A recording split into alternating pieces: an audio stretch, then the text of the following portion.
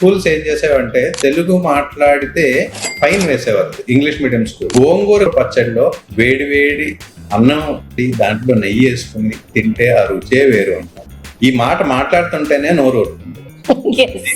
అమ్మ చేతి గోరు ముద్ద, దీనికి ఇంగ్లీష్ లో గానీ వేరే భాషలో గానీ ఏమైనా పదం ఉందా? అమ్మ చేతి గోరు ముద్దని ఎవరైనా ఏ భాషలో అయినా ఏం చెప్తారు.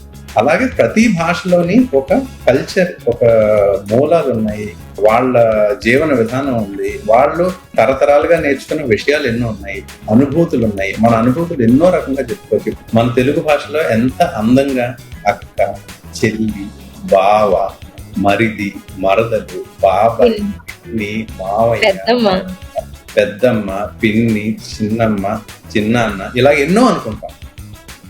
అన్నిటికీ కలిపి ఒక అంకుల్, అన్నిటికీ కలిపి ఒక ఆంటీ.